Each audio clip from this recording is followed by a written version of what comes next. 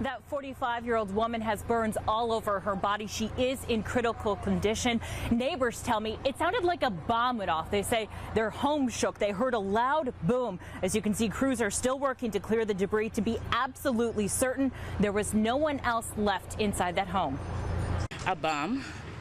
It really did. It sounded like a bomb. I was like, I haven't heard that tremendous noise. Vanessa Jenny was at home about a block away when she heard and felt something she's never experienced before.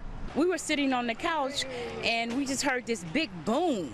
And I mean, it was like someone had ran into our house. She rushed over to see if everyone was okay. She got to the house the same time EMS crews arrived.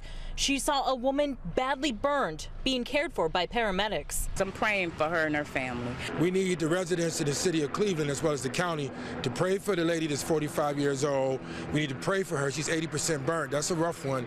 And we need to pray that there's no one else in the house. Cleveland Fire Department is investigating what caused the explosion in the home around 2 o'clock Monday afternoon in the Glenville neighborhood. We got crews right now standing by for building and housing who are going to come in with front end loaders to start removing some of that roofing, just to do a secondary search to make sure nobody's under that debris. The Cleveland fire chief says whatever caused the explosion was powerful enough to flatten the 2.5-story home. All we know is there was an explosion and neighbors heard it. It was loud. Dominion is in the neighborhood and shut off the gas until they can determine what caused the blast.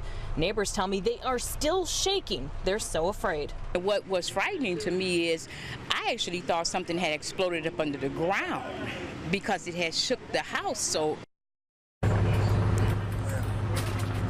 And as you can see, crews are working behind me very carefully, very meticulously to start removing some of that debris and rubble. They just want to be cautious in case the very slight chance there might still be someone in there. The fire chief told me he was pretty certain earlier today no one else was still underneath that rubble. Of course, they also want to get a better idea of what caused this explosion. He tells me neighbors in this area should feel safe, but he says, as you can see, fire crews will remain on the scene for several more hours tonight trying to figure out what caused this explosion.